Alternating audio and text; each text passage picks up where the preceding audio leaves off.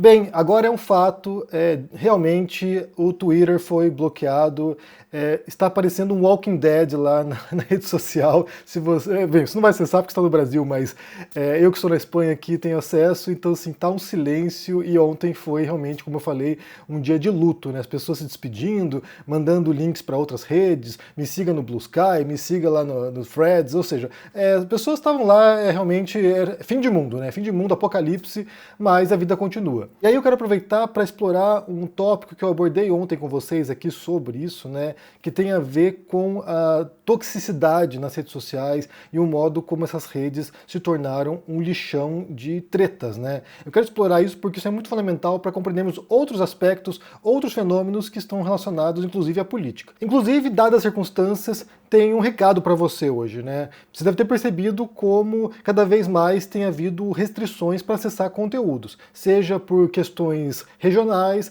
seja por questão de localização. E é por isso que eu quero falar para você hoje sobre o Surfshark. O Surfshark é uma VPN, uma rede privada virtual, que vai muito além de proteger sua privacidade. Com o Surfshark você pode viajar, entre aspas, virtualmente, contornar essas restrições e ter controle total sobre a internet. Por exemplo, você pode usar para acessar séries de filmes que só estão disponíveis em certas regiões, e eu te asseguro que isso faz toda a diferença. E a importância de uma VPN como o Surfshark vai além de ter acesso a entretenimento. Em vários países onde a censura estatal é real, as VPNs são o único modo como jornalistas, dissidentes, ativistas têm para poder se comunicar com o mundo e ter acesso a conteúdos que estão bloqueados nesses países. E desse modo poder trabalhar com segurança. É uma ferramenta essencial para proteger a livre expressão e assegurar que essas vozes não sejam silenciadas. Além disso, o Surfshark também protege a sua privacidade online. Cada vez que você se conecta, seus dados são criptografados e assim hackers ou agentes maliciosos não têm acesso aos seus dados. E ainda tem o Surfshark One, um pacote completo que inclui antivírus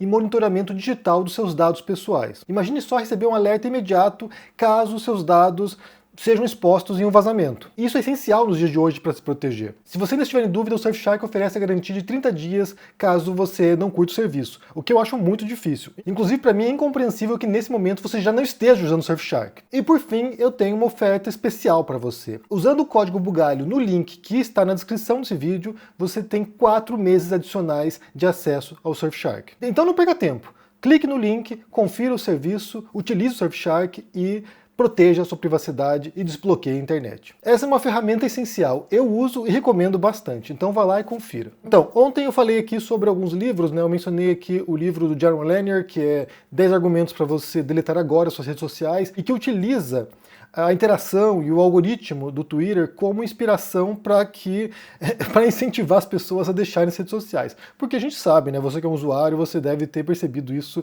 como as pessoas estão totalmente insanas na internet, né? Então, assim, as interações todas viram tretas.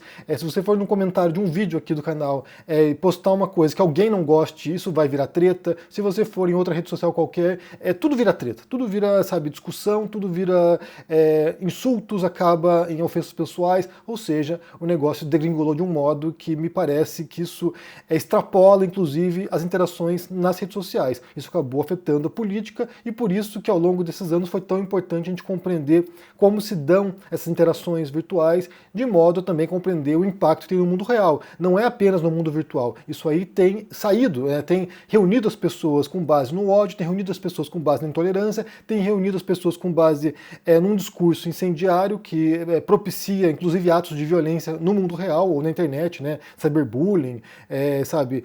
Todo tipo de exposição de dados e coisas que são agressões virtuais que acontecem e isso depois se transfere para o mundo real e a gente vê atos de violência também que acontecem por grupos que são grupos fanatizados, né? Então, eu quero entender com vocês aqui como se dá esse mecanismo. E para isso, eu vou citar algumas referências, mas para começar, esse aqui é um livro chamado The Dark Net, que o autor é o Jamie Bartlett, que eu mencionei ontem, inclusive, sobre um livro dele que chamava The People vs. Tech. Ele explora outras ideias nesse livro aqui, e ele conta um pouquinho a história da internet e como sempre foi esse lixão.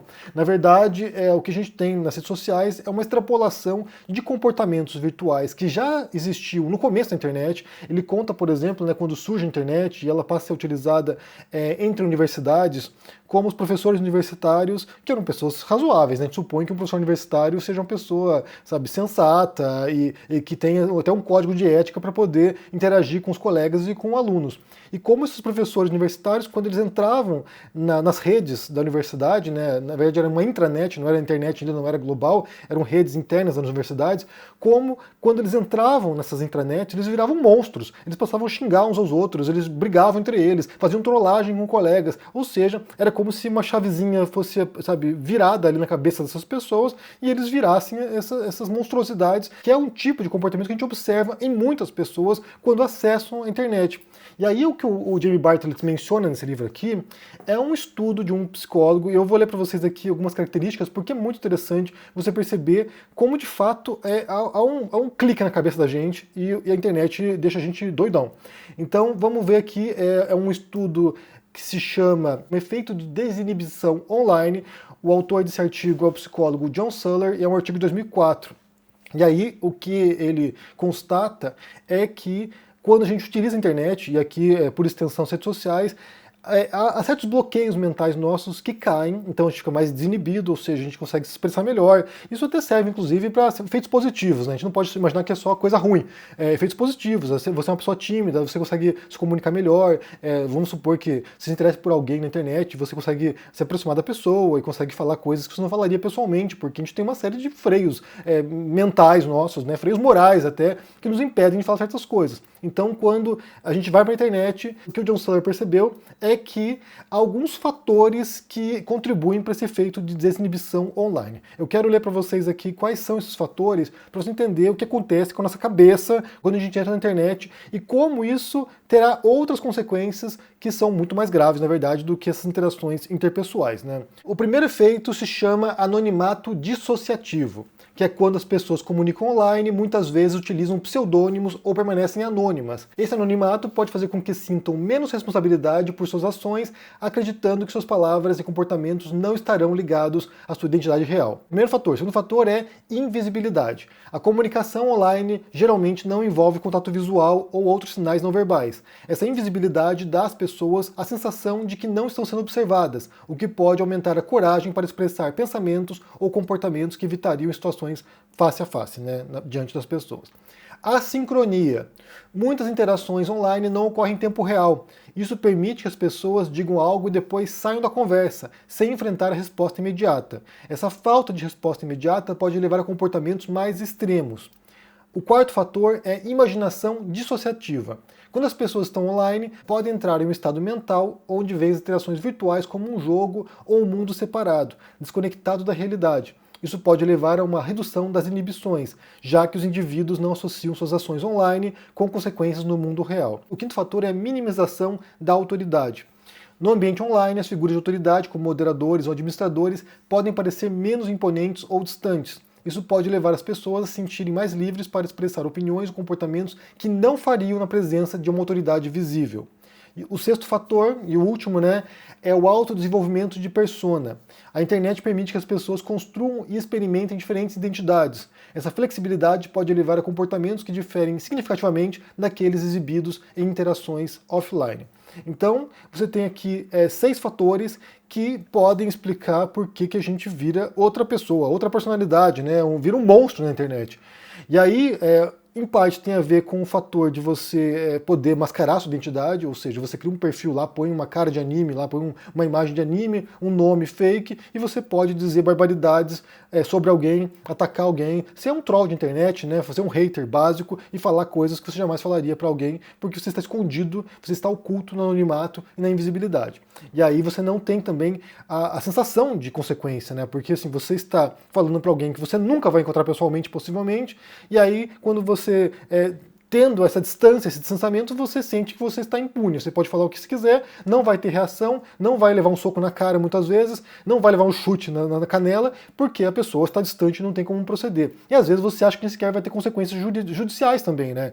Você insulta alguém, você difama alguém, você calunia alguém, e daí você acha que não vai ter resposta pela justiça. Então isso também dá uma sensação de você poder dizer o que você quiser. E também o fato de você não ver suas ações online como concretas, como reais, e nem sequer a pessoa do outro lado como existente, né, como real. Então isso faz com que você atue contra um símbolo, no final das contas, né? E eu acho que eu entendo que muito do hate se dá desse modo, né? Você não percebe a outra pessoa como uma pessoa, você percebe a pessoa como uma ideia, como, sabe, algo que você repudia, algo que você tem repugnância, e você age como se a pessoa não tivesse sentimentos, não tivesse um histórico de vida, não tivesse, sabe, existência. E isso, para mim, como eu falei, explicaria o tipo de hate, o tipo de bullying que existe na internet e o modo tão tóxico que as pessoas se comportam. Aqui esses elementos eles estão disseminados em toda a internet. Isso aqui não é, como eu falei, no Twitter ou numa rede social específica, mas há redes que propiciam mais esse tipo de interações, esse tipo de comportamentos do que outras, né? Uma coisa é você no Google procurando uma informação. Você até procuraria coisas ali que você não procuraria numa biblioteca porque teria vergonha de estar com um livro sobre certos assuntos, mas na internet você procura porque você sabe, supõe que você está anônimo e que ninguém vai saber o que você está procurando. Mas quando se trata de interações entre as pessoas, isso sempre existiu, né? Então, assim, eu sou um usuário da internet desde 94, desde que chegou no Brasil. Então, já vi vários momentos na internet, já vi vários momentos extremos, inclusive, né? Pessoas se comportando de modos bizarros. Já fui alvo de cyberbullying durante anos por uma pessoa que ficou, sabe, me assediando. Até o cara morreu depois, mas aí me deixou em paz. Mas eu já vi vários comportamentos que são inacreditáveis na internet. Eu era uma pessoa que, no Orkut, pelo menos, né, que tretava muito pela internet. Ficava horas e horas discutindo com as pessoas no Orkut, então assim, era um comportamento que era até um pouco autodestrutivo. Então eu percebo como isso aqui é muito recorrente, é muito impactante, e como eu falei, isso não tem impacto apenas nas interações virtuais, porque acontece o seguinte: na medida em que você sente que está protegido, que você pode dizer o que você pensa, que você pode se comportar, sabe, sem nenhum tipo de freio, o que acontece, o que acaba acontecendo, até onde eu percebo pelo menos, é que ideias extremas que estariam fora do discurso público, porque não são aceitos, sabe? Esse tipo de comportamento, esse tipo de ideia não faz parte de uma sociedade civilizada. Então, certos tipos de discursos que seriam repudiados no mundo real, eles passam a encontrar espaço na internet, e daí outras pessoas que pensam parecido e que se identificam com aquele discurso acabam se congregando e acabam formando comunidades virtuais de pessoas inflamadas pelo ódio. Então, isso a gente percebeu ao longo dos últimos anos, né? A extrema-direita populista global, ela opera com base nesse tipo de preconceitos, nesse tipo de ódio, nesse tipo de intolerância. Então as pessoas se encontram na internet, isso gera um movimento que se torna político, e isso se reverte em votos. Então essas ideias extremas, elas estão circulando pela internet e agregando pessoas. Aí entra um outro aspecto, daí eu vou recomendar esse outro livro aqui, que é um livro bem interessante, chamado Cultos. A autora é Amanda Montell, um livro da Dark Side, bem lindo, assim, o livro é belíssimo, a edição é maravilhosa, como tudo que a Dark Side faz. Eu vou pôr, inclusive, o link para você conferir no comentário fixado, em caso você se interesse. E aí o que acontece é que nós, seres humanos, nós queremos pertencer a alguma coisa, né? A gente quer o senso de pertencimento, a gente quer ser aceito, a gente quer ser acolhido, a gente quer ser respeitado, a gente quer sentir que faz parte de um projeto, a gente quer, sabe, prestígio em grande parte. E isso está presente nos grupos. Então, assim, fazer parte de um, sei lá, de um movimento punk, de um movimento de rock, de um movimento de pagodeiro, isso aí na minha adolescência, pelo menos, né? Mas a gente queria fazer parte desses grupos, a gente queria pertencer, a gente queria sentir que a roupa que a gente veste é parecida, os gostos são parecidos, as músicas que a gente ouve são parecidas, o linguajar que a gente utiliza, né, o léxico que a gente utiliza é parecido, as gírias são parecidas. Então você faz parte de um grupo e isso te dá um senso de pertencimento. E aí imagina você, nesse cenário virtual, quando você tem milhões de pessoas interagindo, essas ideias circulando, ideias extremas circulando, ideias radicais circulando, e aí as pessoas vão congregando em torno dessas ideias, que seriam ideias, como eu falei, que já não seriam aceitas mais no mundo real, que simplesmente são ideias de violência, ideias de perseguição de opositores políticos, ideias de calar a boca de quem você não gosta, e assim por diante, de violência mesmo, ideias de violência. Então essas ideias que já não pertencem mais à convivência civilizada, elas encontram esse espaço virtual, e você querendo fazer parte de um movimento, querendo fazer parte de alguma coisa maior do que você mesmo, você adere a essas ideias e passa a reproduzir esses comportamentos. A Amanda Montell, nesse livro aqui, ela fala que as seitas, elas são muito mais do que seitas destrutivas. Ela menciona algumas seitas como do Jim Jones, por exemplo, ou outras seitas que levaram pessoas ao suicídio, assim por diante, mas ela diz que, na verdade, vários grupos distintos também têm comportamentos de seita, seita e não são necessariamente negativos, né? Vamos supor lá os crossfiteiros. Crossfiteiros têm lá toda uma linguagem própria de movimentos que eles fazem, de exercícios, não sei o quê, o modo como se veste, o modo como se comporta, o grupinho lá da academia. Então, assim, seria uma espécie de uma microseita, mas não para fins maléficos, não para fins prejudiciais. Então, muitos de nós fazemos parte de microseitas que são aceitáveis. O clube do livro que você frequenta, sei lá, o grupo de cinéfilos que você curte lá, que vocês falam a mesma linguagem de filmes parecidos que vocês gostam, e assim por diante. Isso não é ruim. A gente querer pertencer a alguma coisa não é ruim. O problema é quando você quer participar de um grupo que tem como mensagem central a intolerância e a perseguição dos demais. E aí você junta esse efeito psicológico nosso, que desassocia, né, a nossa persona real da virtual, e você acha que você pode fazer o que bem quiser na internet, isso vai gerando esse tipo de ambiente tóxico, nocivo, prejudicial, que está visível nas redes sociais. O Twitter é uma manifestação extrema disso. E o Elon Musk é outra figura que está, se refestelando em cima disso. Ele é quase um Lex Luthor, né? Ele está olhando lá o mundo pegando fogo e ele rindo lá no seu trono. Mas alguém tem usado esses recursos para, de certo modo, deteriorar as relações entre as pessoas e, desse modo, também impactar no mundo real, na política e na sociedade. Então, assim, a gente tem que entender. Não é voluntário isso, não é, racional isso, não é uma escolha nossa ter esse comportamento na internet. Mas a gente pode refletir sobre ele. A gente pode refletir sobre ele e pode controlar esse comportamento, que é uma coisa que faz parte da nossa natureza racional, né? Nós, seres racionais, seres humanos, a gente tem esses instintos, a gente tem esses impulsos, a gente tem, essas emoções, mas também temos a racionalidade que nos permite cercear esses movimentos, né? Cercear essas emoções, controlar em parte, pelo menos, né? Então, assim, é um embate, inclusive, entre racionalidade e instintividade, né, emoção. Então a gente está nesse conflito também aqui e a gente tem como controlar certas emoções. Então, eu acho que a partir do momento que você compreende o que acontece, eu acho que é o esforço que eu tenho feito ao longo desses anos, que é de compreensão. Eu não sou um ativista, não sou um militante, não estou propondo que você faça alguma coisa, mas além de refletir sobre si próprio e sobre o mundo. Quando você faz esse esforço de reflexão e compreende o que está acontecendo, como funcionam os mecanismos, quais são os elementos constitutivos, é uma análise. Quando você compreende a coisa, você pode pensar sobre ela e, a partir disso, você tomar decisão sobre como quer se comportar. Como é que eu vou agir como indivíduo, como pessoa, né, nas redes sociais? Como é que eu vou agir como agente político no mundo real, nas eleições? Aí você pode avaliar. Não cabe a mim, não quero essa pretensão e não quero essa função de dizer para você o que você tem que fazer, mas quero propor esse exercício de reflexão.